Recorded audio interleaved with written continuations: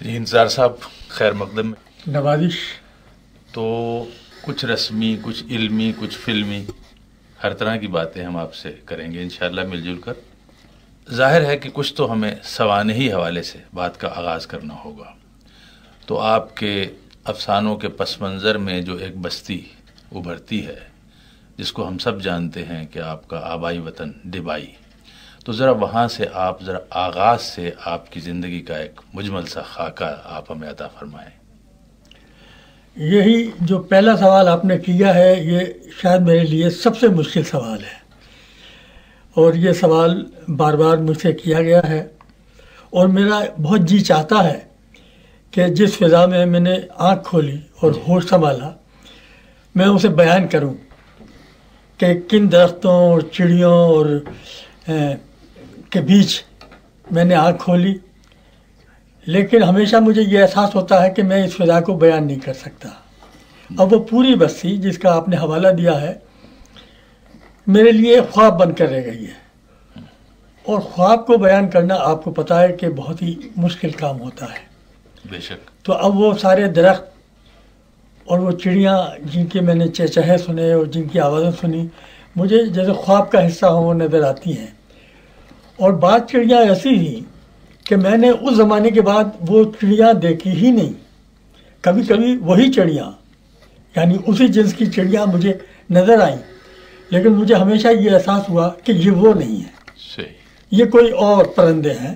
وہ پرندے جو میں نے دیکھے تھے وہ اب خواب کا حصہ ہیں، وہ میں نہیں دیکھ سکوں گا. وہ چھوٹی سی بستی تھی، بیان کرنے کے لیے کچھ بھی نہیں ہے وہاں. کچے رستے تھے، اکے چلتے تھے، اس میں چھوٹا سا بازار تھا ہمارا. وہ ملی جلی بستی تھی، ہندوؤں کی مسلمانوں کی. مسلمان تھوڑے تھے، ہندوؤں کی آبادی زیادہ تھی. ہمارا ایک محلہ تھا، کوئی ایک مسجد، جو کوئی ایک حویلی، کوئی ٹوٹے پھوٹے مکان، کوئی اچھا تھا بیچ میں 2 منزلہ 3 منزلہ مکان. تو ساری بستی جو تھی کچھ آباد، کچھ اجی. تو اب میں اس کا تصور تو کر سکتا ہوں لیکن آپ کو بتا نہیں سکتا کہ وہ میرے ہمجولی اس عمر کے بچے کہ ہم محلے میں نکلے ہیں، دوپہر کا وقت ہے اور اپنے گھر سے نکلے، اور اس زمانے کی دوپہریں وہ تو آج آپ تصور نہیں کر سکتے اس ٹیکنالوجی کے زمانے میں کہ جب بجلی بھی نہیں تھی اور کچھ بھی نہیں تھا اور ہم جنگل میں نکل گئے ہیں جسے ہم جنگل کہتے تھے، کچھ درخت اور کچھ کھیت. اور وہاں ہمیں یہ احساس کہ شاید ایک یہ احساس ہوتا تھا کہ ہم کسی دوسری دنیا میں پہنچ گئے ہیں، اور شاید کوئی چڑیل، کوئی جن ہمارے تعاقب میں ہے. تو یہ ایک ایسی پراسرار سی فضا بن جاتی تھی. اور پھر وہ پرندے نظر آتے تھے، پھر وہ درخت نظر آتے تھے. بعض ایسے درخت تھے جو رجھاتے تھے اور جی چاہتا تھا کہ ان پر جو پھل ہیں انہیں توڑا جائے. کوئی املی کا درخت ہے، کوئی قید کا درخت ہے، کوئی بیریاں ہیں، کچھ اس قسم کے کچھ. تو یہ انتظار صاحب آپ نے ویسے تو فرمایا نا کہ اب بیان آپ نہیں کر سکتے، لیکن آپ کے تمام ادب میں جو آپ کی لکھی ہوئی چیزیں ہیں ان میں یہ ساری فضا از خود کشید ہو کے آ گئی ہے. ہمیں ایسا محسوس ہوتا ہے کہ ہم نے بھی ڈبائی کو دیکھا ہے. آپ نے اتنی اچھے طریقے سے اسے بیان بھی فرمایا ہے. دوسرے یہ ہے کہ یہ فرمائیے کہ وہاں سے آپ کس عمر میں آئے اور پھر دوبارہ کبھی وہاں جانے کا اتفاق ہوا یا نہیں؟ دیکھیے عجیب بات یہ ہے کہ اس بستی سے تو ہجرت سے پہلے ہی میں نے ہجرت کر لی تھی. یعنی میری کوئی 10-11 برس کی عمر ہوگی اس وقت جبکہ میں نے وہ بستی چھوڑی. اور پھر ہمارا خاندان ہاپوڑ میں آباد تھا، ہاپوڑ ضلع میرٹھ. تو ہم وہاں آ گئے تھے. پھر میری تعلیم بھی ہاپوڑ میں ہوئی ہائی اسکول تک. پھر میں میرٹھ میں آ گیا، میرٹھ کالج میں 6 سال گزارے، MA کیا وہاں سے. تو اس بستی میں کبھی کبھی جانا ہوتا تھا، اور اسی وقت سے میرا ایک وہ بستی مسئلہ بن گئی تھی. اس کے بعد میں سیدھا میرٹھ اور ہاپوڑ سے لاہور چلا آیا سن 47 کے اواخر میں. انتظار صاحب آپ نے فرمایا کہ آپ نے کالج میں میرٹھ میں پڑھا، تو یہ فرمائیے کہ وہ کیا جو جب وہاں پہ لڑکیاں بھی تھی، خواتین بھی تھی آپ کے ساتھ پڑھتی تھی، کیا یہ صرف مخلوط تعلیم تھی یا کہ علیحدہ علیحدہ تعلیم تھی؟ تو جن خواتین کے ساتھ آپ پڑھتے تھے کیا ان سے کبھی آپ کی واقفیت ہوئی، اور کیا یہ جو افسانے بعد میں لکھے آپ نے یا کوئی کردار کو گھڑے تو کیا ان میں سے کوئی کردار ہے یا کوئی عشق، کوئی اس طرح کی سب باتیں کچھ ہم دیکھیے بات یہ ہے کہ میرٹھ کالج جس میں پڑھا ہوں اس میں کو ایجوکیشن تھی، یعنی لڑکیاں بھی تھیں، میری کلاس فیلو تھی، اور زیادہ تر انگریزی کی کلاس جو ہوتی تھی یا دوسری کلاسیں ان میں ہندو لڑکیاں زیادہ ہوتی تھی، لیکن ہماری اردو اور فارسی کی جو کلاس تھی 1-2 لڑکیاں اس میں بھی تھی، اور مسلمان لڑکیاں، یعنی وہ اس مرحلے میں تھے ہم کہ مسلمان لڑکیاں بھی کالج میں پہنچنے لگی تھیں، تو میری کلاس فیلو بھی تھی وہ، لیکن وہ زیادہ نہیں تھی تعداد میں۔ تو اس طریقے سے جیسے ہم یہاں کالجوں میں دیکھتے ہیں کہ جتنی لڑکے ہیں اتنی لڑکیاں، بلکہ کبھی کبھی احساس ہوتا ہے کہ یہاں لڑکیاں زیادہ پڑھتی ہیں اور لڑکے کم ہیں، وہ صورت وہاں نہیں تھی۔ تو وہ بھی میری کلاس فیلو تھی، لیکن ان سے اس زمانے میں وہ زمانہ ایسا تھا کہ اتنی بے تکلفی سے ہم ملتے جلتے نہیں تھے، بلکہ جو مسلمان لڑکیاں تھیں وہ تو بہت ہی ذرا دور دور رہتی تھیں اور بڑا ایک حجاب درمیان میں حائل رہتا تھا، تو اس طریقے سے ہم بہت زیادہ ملتے جلتے تو نہیں تھے، لیکن تھی ساتھ ساتھ پڑھتے تھے۔ انتصار بھائی، میں ایک سوال یہ کرنا چاہتا ہوں کہ آپ نے بستی کا ذکر کیا اور بہت خوبصورت انداز میں آپ نے ایک تصویر کشی کی اپنے اس بستی کی، اس جنگل کی، ان پرندوں کی، ان چڑیوں کی۔ تو یہ بستی جو ہوتی ہے یہ تو اینٹوں پتھروں سے بنتی ہے، لیکن اس میں ایک چیز اور بھی ہوا کرتی ہے، وہ ہے تمدن، تہذیب، جو آپ کے ساتھ چلتی ہے۔ آپ بستی چھوڑ سکتے ہیں لیکن اس تمدن کو نہیں چھوڑ سکتے، کیونکہ وہ آپ کے دل میں جاگزیں ہوتا ہے۔ تو کچھ وہ بتائیے اس تمدن کے بارے میں، کیونکہ مجھے یاد آ رہا ہے یہی کمرہ تھا، ایک بزم عید ہم پروگرام کر رہے تھے، شاید آپ کو یاد ہوگا، مرحوم وقار امبالوی بھی تھے، احمد ندیم قاسمی بھی تھے، احمد راہی بھی تھے، شہزاد احمد میزبان تھے۔ تو آپ نے ایک بڑی خوبصورت بات کی کہ بھئی ہم جب شیر خورما بنایا کرتے تھے تو اس میں ایک چرونجی بھی ڈالا کرتے تھے، جی جی، تو اس سے یعنی بہت زیادہ ایک خوشگوار ماحول پیدا ہو۔ تو وہ اس تمدن کے بارے میں کچھ بتائیے کہ وہ کس قسم کا ماحول تھا، کس قسم کے لوگ تھے جس کو آپ ساتھ لے کر آئے ہیں اور شاید زندگی بھر اس سے جدا نہیں ہو پائیں گے۔ آپ نے چرونجی کا جو ذکر کیا تو مجھے اس سے خیال آیا کہ واقعی دسترخوان بھی ہماری تہذیب کا حصہ ہوتا ہے، اور مسلمانوں کی تہذیب تو بغیر دسترخوان کے تصور ہی نہیں کی جا سکتی، کیونکہ اس میں جو اپنا اختراعات مسلمانوں نے کی ہیں اور جو ایجاد، یعنی ایسا دسترخوان اتنا رنگا رنگ قسم کا شاید کسی اور قوم کا نہ ہو۔ تو لیکن بعض کھانے جو بچپن میں کبھی کھا لیے شادی کے حوالے سے، کسی تقریب کے حوالے سے، وہ بھی خواب بن گئے میرے لیے۔ اور بعض چیزیں ایسی ہیں جیسے چرونجی کہ بھئی وہ اس کا حصہ ہوتا تھا۔ عید میں جو شیر خورما بنتا تھا اور جو سوئیاں جس طریقے سے تیار ہوتی تھیں، اب وہ چرونجی غائب ہو گئی۔ یہاں سب کچھ ہے، عید پہ وہی شیر خورما سب کچھ موجود ہے، لیکن چرونجی ایک چیز غائب ہو گئی۔ تو ایسی اور چیزیں بھی ہیں۔ تو اس زمانے میں جو تیج تہوار جو ہوتے تھے، چونکہ ملا جلا معاشرہ تھا، ہندو بھی ہوتے تھے، تو ہندوؤں کے تہوار میں بھی ہم دیکھتے تھے کہ بھئی یہ دیوالی ہے، یہ ہولی ہے، لیکن ہمارے اپنے تہوار تھے، عید تھی، بقرعید تھی، اور محرم سب سے بڑھ کر۔ اور محرم دیکھیے، یہ لاہور میں محرم بہت بڑے پیمانے پر میں دیکھتا ہوں ہوتا ہے، لیکن میرا پارٹیسپیشن جو تھا وہ تو اسی قصبے کے محرم میں تھا، میری شرکت جو تھی۔ اور مجھے لگتا ہے کہ وہ جو محرم میں نے دیکھے تھے اپنی چھوٹی سی بستی میں، بس وہ تھے۔ اور اب جو بڑے پیمانے پر اتنے بڑے جلوس میں یہاں نکلنے دیکھتا ہوں، اتنے بڑے پیمانے پر مجلسیں ہوتی ہیں، وہ جو چھوٹی پیمانے پر مجلسیں ہوتی تھیں اور چھوٹا سا جلوس نکلتا تھا، مجھے لگتا ہے کہ وہی سب کچھ وہی محرم تھا۔ اور جو ہماری آپ روحانی طور پہ وہ جو ہماری کربلا تھی جہاں تعزیے دفن ہوتے تھے جا کے، اور چھوٹا سا، تو میرے تصور میں یہ تھا کہ یہ اسی کربلا کا حصہ ہے۔ اور وہ اجاڑ پر جو تصور کر سکتے تھے ہم مجلسیں سن کر کہ کربلا کتنی اجاڑ جگہ ہوگی، کیسا ریگزار ہوگا یہ، تو مجھے وہ کربلا اس کا توسیع نظر آتی تھی کہ اسی کا حصہ ہے۔ جی خورشید، میں وہ پھر یہ جو میرا سوال بیچ میں رہ گیا، ہجرت کے بعد آپ کئی مرتبہ ہندوستان گئے ہیں، ڈبائی گئے آپ؟ جانے کی کوشش کی تھی، جب ایک مرتبہ میں ایک سیمینار میں علی گڑھ یونیورسٹی گیا تھا، ابھی کوئی 80-81 کا ذکر ہے، تو میں نے کہا کہ یہ بستی تو یہاں سے بہت قریب ہے، تو میرے کرم فرماؤں نے وہاں ایک کار کا انتظام کر دیا. ایک ہمارے دوست جو یونیورسٹی کے تھے ابوالکلام قاسمی، وہ میرے ساتھ ہو لیے کہ چلے دیکھتے ہیں آپ کی بستی کو ہم بھی.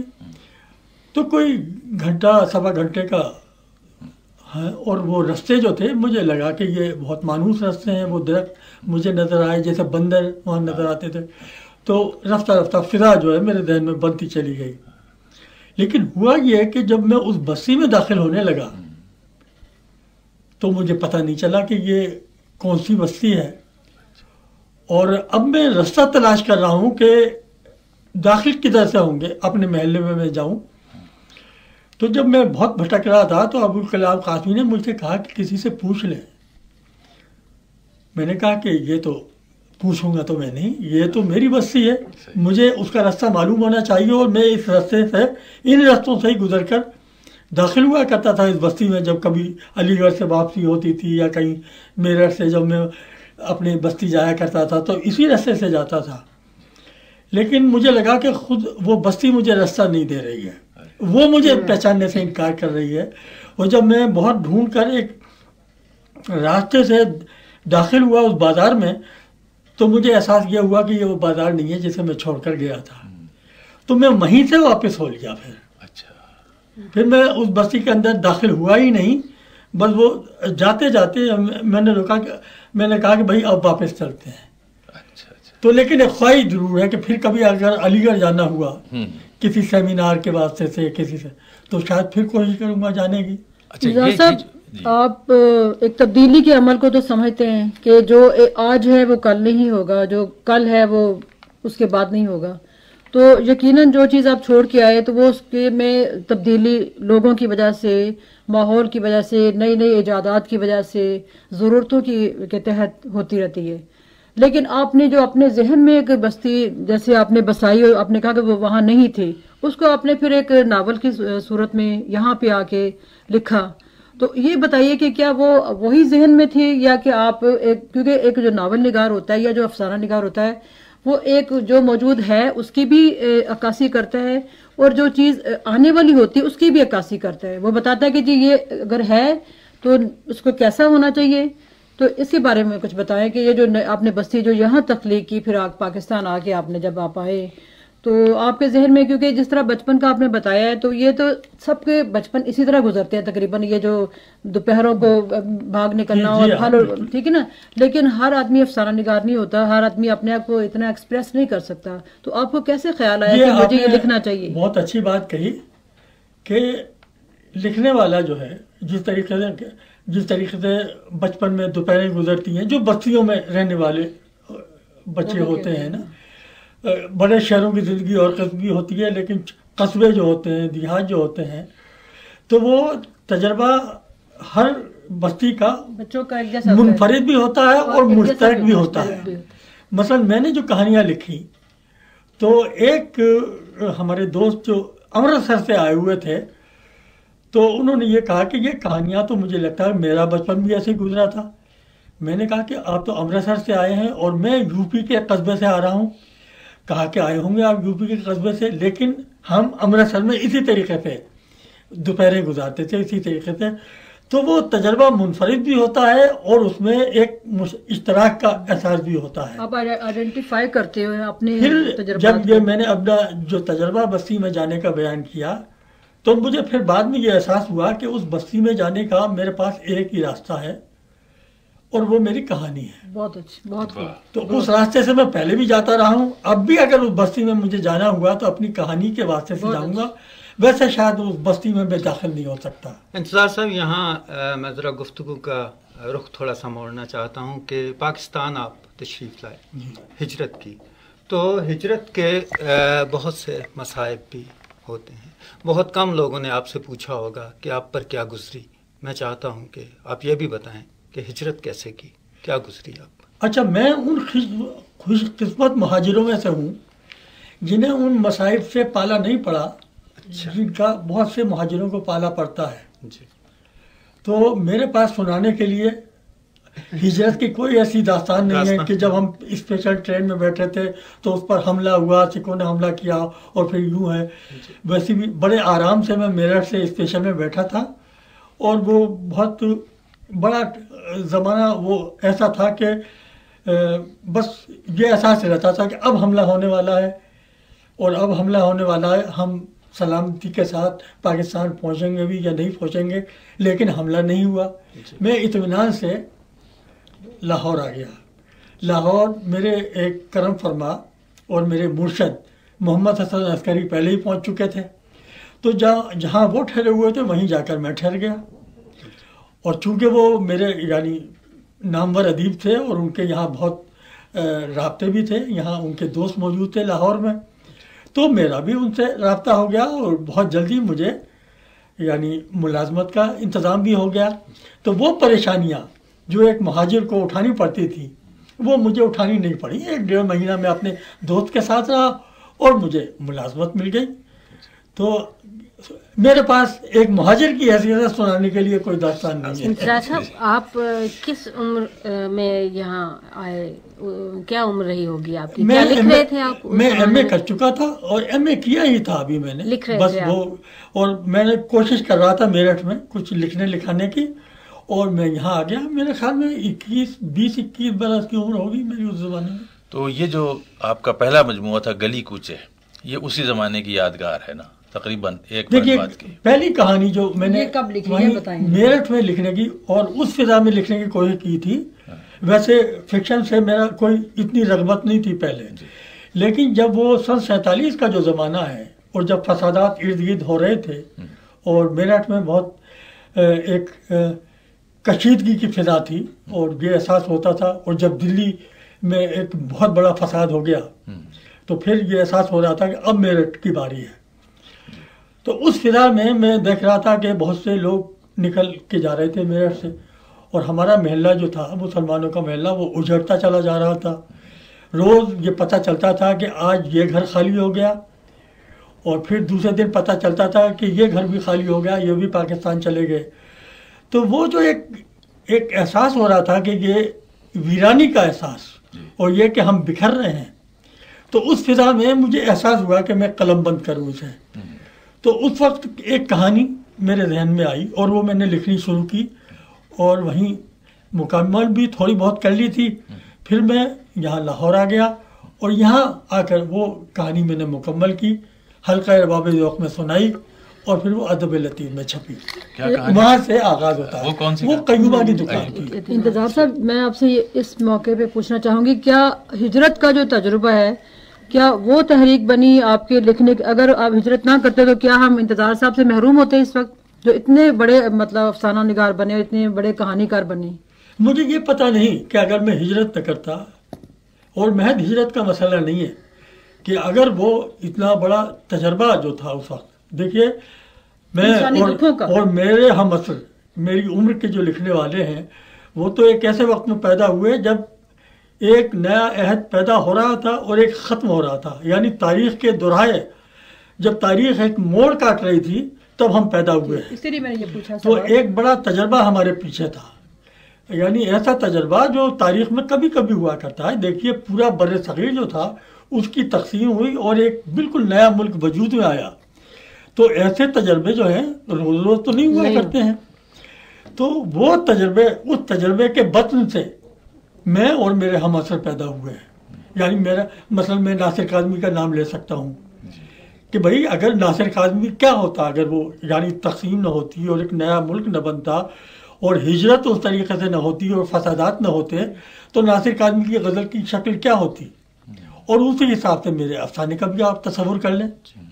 انتظار صاحب، ایک سوال اس سے ہی جڑا ہوا ہے کہ ویرانی کا جس کا ذکر آپ نے کیا وہ تو ایک نتیجہ ہے، اس کے پیچھے کا جو عمل ہے، آپ نے کہا میری عمر 20-21 سال کی تھی، تو اس میں باشعور ہوتا ہے ایک انسان. تو اس دوران آپ کے کیا وہ تھے مشاغل، یا آپ کیا فیل کر رہے تھے، اس میں کس طرح شامل تھے؟ دیکھیے میرے مشاغل تھے اس وقت تک میں طالب علمی کی زندگی بسر کر رہا تھا. جی، اور یا اس وقت کا طالب علم. تو زیادہ تر یعنی ہماری اور میری چونکہ اس زمانے میں تحریک پاکستان تو چل رہی تھی، کانگریس بھی بہت زوروں میں تھی، اور یہ ہمارے آوازیں آتی رہتی تھیں کان میں. میرٹھ بھی ایک بہت بڑا مرکز تھا، مسلم لیگ کا بہت بڑا مرکز تھا. تو اور اس کے بعد لیڈر بھی بڑے موجود تھے وہاں، مثلا نواب اسماعیل خان جو کہ تحریک پاکستان کے بڑے لیڈر تھے، اور ان کے جلسے ولسے بھی ہوتے رہتے تھے. لیکن میں تو اپنی طالب علم کی زندگی بسر کر رہا تھا، اور زیادہ تر اپنے پڑھنے لکھنے کا مشغلہ میرا تھا. تو اور میرا مسئلہ جو تھا اسی وقت سے ادب بن گیا تھا. اچھا انصار صاحب، مجھے یاد پڑتا ہے آپ نے کہیں فرمایا ہے کہ اس وقت جو طالب علمانہ زندگی میں آپ کے ذہن میں خیال تھا وہ یہ تھا کہ شاعری آپ کریں گے اور آپ کے ایک ہندو کلاس فیلو تھے افسانے وہ لکھیں گے. اچھا، یہ جو تقسیم تھی اس میں شاعری کچھ کی آپ نے کبھی، اور یا پھر کیسے شفٹ؟ اچھا، یہ تقسیم بھی الٹ ہو گئی کہ میرا جو دوست تھا ریوتی سائی شرما، جس کا میں نے کبھی تحریروں میں ذکر کیا، اسکول کے وقت سے میرا دوست چلا آ رہا تھا، اور پھر کالج میں تو وہ افسانے لکھا کرتا تھا. اور میں کچھ تنقیدی مضمون لکھنے کی کوئی کرتا تھا، کوئی نظم وغیرہ. یہ نون راشد اس زمانے میں مجھے بہت اچھا شاعر لگتا تھا، یا میرا جی کا بھی ذکر. یہ نئی شاعری جو تھی یہ مجھے، یعنی غزل سے زیادہ مجھے نئی شاعری جو تھی بہت. اختر الایمان میرا بڑا پسندیدہ شاعر تھا، تو میں نظم لکھنے کی کوشش کرتا تھا، وہ افسانہ. لیکن ہوا یہ کہ بعد میں نے افسانے لکھے اور وہ ڈرامہ لکھنے لگا، اور اب وہ میڈیا میں ہے، اس کے سیریل چلتے ہیں دلی میں، بڑے کامیاب جا رہا ہے. نہیں تو آپ کی شاعری کا کوئی ہمیں نمونہ مل سکتا ہے؟ نہیں، وہ تو میں نے اسی وقت میں بھول گیا تھا. انتظار صاحب، وہ وہیں رہ گئی، میرٹھ میں چھوڑا ہے شاعری. ایک سوال یہ کہ جن دنوں آپ نے سب سے پہلے اپنی کہانی لکھی، ان دنوں برِ صغیر میں بنگال میں تو رویندر ناتھ ٹیگور کہانیاں لکھ رہے تھے، ہندی میں بھی تھے، تیلگو میں بھی لکھ رہے تھے، لیکن اردو میں لکھنے والے سب منشی پریم چند سے متاثر تھے، کیونکہ وہ اس وقت بڑے ایک اسکول آف تھاٹ بنے ہوئے تھے. تو میں یہی پوچھنا چاہتا ہوں کہ آپ بھی متاثر تھے منشی پریم چند؟ نہیں، منشی پریم چند بہت پیچھے رہ گئے تھے. جب میں نے ہوش سنبھالا وہ وقت تھا جب کہ اردو افسانے میں عصمت چغتائی، منٹو، کرش چندر اور بیدی کا دور چل رہا تھا. اور اس زمانے میں جس افسانہ نگار نے مجھے بہت متاثر کیا تھا وہ کرش چندر تھا. اور لیکن یہ الگ بات ہے کہ جب میں نے افسانہ لکھنا شروع کیا، اور جب میں نے تو مجھے سب سے زیادہ جو ریئیکٹ کیا جس کے خلاف میں نے، وہ کرش چندر تھا. یہ بھی ایک عجیب بات ہے. یہ کیا وجہ تھی جس کو آپ نے ریئیکٹ کیا؟ کیا موضوعات کے لحاظ سے یا کی ٹیکنیک کے لحاظ سے؟ میں نے جب پسند کیا تھا تو کرش چندر اپنے عروج پر تھا. اس نے وہ اس کے مجموعے جو آئے تھے دوراہے پر، یعنی اور مختلف کہانیاں جو تھی، سڑک واپس جاتی، انداتا، اس قسم کی کہانیاں آئی تھیں. اور جب میں نے کہانی لکھنی شروع کی تو فسادات پہ اس کی کہانیاں آئیں، اور وہ میری دانش میں بہت کمزور کہانیاں تھیں. پشاور ایکسپریس اور پھر وہ ساری کہانیاں جو ہم ویشیاں کے مجموعے میں شائع ہوئے، اور وہ بہت رقت آمیز فضا اور رقیق القلبی کی سی فضا نظر آتی ہے. اور کچھ اس قسم کی کہ بھائی جتنے پشاور ایکسپریس جو کہانی آپ کے سب نہیں پڑھی ہوگی، وہ مشہور کہانی تھی ان کی کہ بھائی جتنے ہندو مرتے ہیں اتنے ہی مسلمان مر جاتے ہیں، اور جتنے سکھ مرتے ہیں اتنے ہی. تو مجھے یہ تقسیم عجیب سی لگی کہ یہ بڑا مصنوعی یعنی سلسلہ ہے کہ غیر جانبدار بننے کی کوشش میں کرش چندر نے اپنی کہانی کو بگاڑ لیا. تو وہاں سے میرا رد اول کرش چندر کے خلاف. میں شاید اپنے سوال کی وضاحت نہیں کر پایا. میں چاہتا یہ تھا کہ ایک اسکول آف تھاٹ کا میں نے ذکر کیا کہ جیسے ریئلزم ہے کہ پریم چند کی کہانیاں جو ہیں علامتی نہیں تھیں، بہت ہی جیسے زندگی میں جو کچھ واقعہ ہے وہی پیش کر رہے تھے. تو وہ کیا آپ بھی ریئلزم سے یعنی سے اپنے آپ کو وابستہ کرتے تھے حوالہ دیا ہے یا اپنے علامتی کہانیاں بھی؟ تو پریم چند سے پہلے جو ایک شخص گزر چکا تھا اس نے مجھے زیادہ متاثر کیا تھا. اور یعنی اگر میں نے کوئی کتاب باقاعدگی سے پڑھی فکشن کی تو وہ تھا فسانے آزاد سرشار کا. تو سرشار جس طریقے سے کرداروں کو کنسیو کرتا ہے، جس طریقے سے تہذیب کی تصویر کشی کرتا ہے، اور جس طریقے سے اس نے پورے لکھنؤ کو اور اس تہذیب پورٹریٹ کیا ہے، پیش کیا ہے، اس نے مجھے زیادہ متاثر کیا. پریم چند کے افسانوں نے مجھے زیادہ متاثر نہیں کیا. انتظار صاحب، آپ کے کردار وقت کے ساتھ ساتھ آپ کے افسانوں میں شامل ہوئے یا بچپن سے آپ کے جو ساتھ چلے آ رہے تھے انہیں نے گرو کیا؟ نہیں، بات تو ایسے ہے کہ جب میں چونکہ میرے ساتھ ساتھ ایک بستی چل رہی ہے تو بستی محض در و دیوار کا نام تو نہیں ہے، در و دیوار بھی ہیں، درخت بھی ہیں، پرندے بھی ہیں، اور کچھ شخصیت کردار بھی ہوتے ہیں. لوگ کیسے تھے، اکے والے کیسے تھے اس زمانے میں، یا بزرگ ہمارے کیسے تھے، تو وہ کردار کچھ ساتھ ساتھ چلتے ہیں. لیکن چونکہ میری کہانی میں محض بستی ہی تو نہیں ہے، وہ پورا ایک یعنی یہ ہماری قومی زندگی جو ہے، جو قومی آشوب آئے ہیں وہ بھی کہیں نہ کہیں اپنے کسی نہ کسی موڑ پہ کہانی میں آتے ہیں. تو ظاہر ہے اس حوالے سے کردار بھی نئے آئیں گے، پھر وہ بستی کے کردار تو نہیں رہیں گے سارے ساتھ. تو یہی ہے کہ ملا جلا ہے معاملہ سارا. اچھا انتظار صاحب، یہ بتائیے کہ یہ ابھی کہانی کی بات اور ناول کی بات تو ہوتی رہے گی، بہت سی باتیں ابھی آپ پوچھنی ہیں.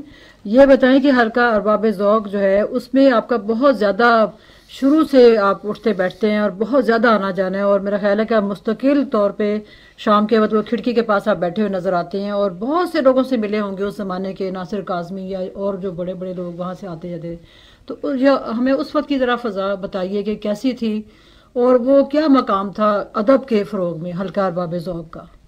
دیکھیے، محض حلقہ ارباب ذوق نہیں، جب میں اس شہر میں داخل ہوا ہوں تو اس وقت ترقی پسند تحریک اپنے عروج پر تھی، اور انجمن ترقی پسند مصنفین کے جلسے بڑے ہنگامہ خیز ہوتے تھے، اور حلقہ ارباب ذوق میں دونوں جگہ جاتا رہا ہوں. تو حلقہ ارباب ذوق کی جو نشستیں ہوتی تھیں اس میں تو بہت یعنی گنے چنے لوگ ہوتے تھے، اور وہ انجمن کی محفلیں جو ہوتی تھیں اس میں بہت شور ہوتا تھا اور بہت گرما گرمی ہوتی تھی. تو یہ دونوں ایک عجیب سا تضاد نظر آتا تھا کہ یہاں، اور عجیب موضوعات ہوتے تھے. وہاں جو ہوتا تھا آخر میں بحث یہ ہوتی تھی کہ یہ جو کہانی پڑھی گئی ہے اس کا آج کی زندگی سے کیا تعلق ہے، اور یہ کیسی ہے، یہ فراری ادب تو نہیں ہے. اور وہاں یہ ہوتا تھا کہ یہ کہانی ہے بھی یا نہیں ہے، یہ جو ڈرامہ پڑھا گیا ہے واقعی یہ ڈرامہ ہے، ڈرامہ کہتے کیسے ہیں، اور شاعری کیا ہوتی ہے. یہ بنیادی سوال اٹھائے جاتے تھے. یعنی یہاں علمی بحثیں ہوتی تھی. اچھا، میں نے پہلی کہانی جو پڑھی وہ آپ کو حیرانی ہوگی، وہ انجمن ترقی پسند مصنفین میں پڑھی تھی. اچھا، حلقے والے جو تھے بڑے سلیکٹو تھے اس زمانے میں بھی، وہ بڑی دیر میں آدمی کو راستہ دیتے تھے. مجھے ایک خاصے مہینے لگے جب میں نے پہلی کہانی حلقے میں پڑھی. تو پھر رفتہ رفتہ چونکہ میرا سوچنے کا انداز مختلف تھا تو ترقی پسندوں نے مجھے جلدی کاٹ دیا، اور چونکہ انہوں نے ایک قرارداد بھی منظور کر لی تھی کہ بھئی یہ رجت پسند وغیرہ کو ہم اپنے راہ نہیں دیں گے، تو رسالوں میں بھی پھر ہم نہیں چھپے ان کے. انجمن سے بھی تعلق ختم ہو گیا. پھر میں حلقہ ارباب ذوق کی طرف توجہ ہو گئی. جس زمانے کا آپ ذکر کر رہی ہیں وہ اس کے بعد ذرا عہد آتا ہے، کیونکہ جب وہ انجمن ختم ہو گئی، جب ایک پنڈی کانت پریسی کیس کی وجہ سے یہ سارا تحریکی کا دور ختم ہو گیا، وہ تو حلقہ ارباب ذوق جو تھا اب وہ مرکز بننے لگا اس شہر میں. اس میں زیادہ گہما گہمی شروع ہوئی، اور اسی زمانے سے میرا انوالومنٹ جو تھا، میری شرکت جو تھی حلقے میں بڑھتی چلی گئی. اور پھر ایک ایسا دور آیا سن 50 کے بعد، سمجھ لیجئے 51 52 53 کے قریب، جبکہ ایک نئی نسل جو تھی وہ آنکھیں کھول رہی تھی، جس میں ہمارا ناصر کاظمی جو تھا اس میں بہت نمایاں تھا. ناصر کاظمی کا بالکل اٹھان کا زمانہ تھا وہ، اور ایک ایسا دور تھا کہ اس شہر میں جو ایک نیا شاعر جو اپنی طرف بہت متوجہ کر رہا تھا اور جس کی غزلیں بہت یعنی لوگوں کو اپیل کر رہی تھی، وہ ناصر کی غزل تھی. اسی کے ناصر کے ساتھ ساتھ کچھ نئے نوجوان نظر آئے جب میں نے ناصر کے ساتھ اٹھنا بیٹھنا شروع کیا کافی ہاؤس میں، ٹی ہاؤس میں، کہ کچھ تو مصور، اس زمانے میں مصوروں کا بھی بڑا چرچا تھا. نئے مصور جو تھے نیشنل کالج آف آرٹس کے لوگ، نیشنل کالج آف آرٹس کے شاکر علی اسی زمانے میں آئے تھے لاہور میں، کافی ہاؤس میں وہ بیٹھتے تھے. انور جلال شمزہ اور علی امام اور اس قسم کے دوسرے لوگ، احمد پرویز، اس قسم کے لوگ، ان کا اڈا تھا کافی ہاؤس. ناصر کاظمی کافی ہاؤس میں بھی بیٹھتا تھا، ریاض قادر اس کے ساتھ ہوتے تھے، یا سبز امیر بہت نظر آتے تھے. پھر ٹی ہاؤس میں ادیبوں کا مجمع زیادہ ہوتا تھا، حلقہ ارباب ذوق کے ادیب، قیوم نظر، یوسف ظفر، شہرت بخاری، انجم روانی. پھر ایک نئی نسل جو آ رہی تھی ساتھ ساتھ ناصر کاظمی کے، مظفر علی سید آئے، داخل ہوئے، احمد مشتاق، ڈاکٹر انور سجاد تھے. پھر ایک ایسا مصور آیا جو مصور بھی تھا اور جس کا پھر بعد میں ہمارے دوست قریبی حلقے سے تعلق پیدا ہوا، حنیف رامے، شیخ صلاح الدین، اس قسم کے لوگ. اور ہمارے اسی سارے کراؤڈ میں جو ہجوم تھا مصوروں کا اور ادیبوں کا، اس میں ہماری چھوٹی سی ایک ٹکڑی جو تھی وہ رفتہ رفتہ الگ بننے لگی، جن کا ذرا ذہنی رشتہ آپس میں بہت تھا. یہی ناصر کاظمی، حنیف رامے، مظفر علی سید، مشتاق، میں. تو یہ ایک الگ سی ایک ٹکڑی سی بن گئی، ایک میز بن گئی.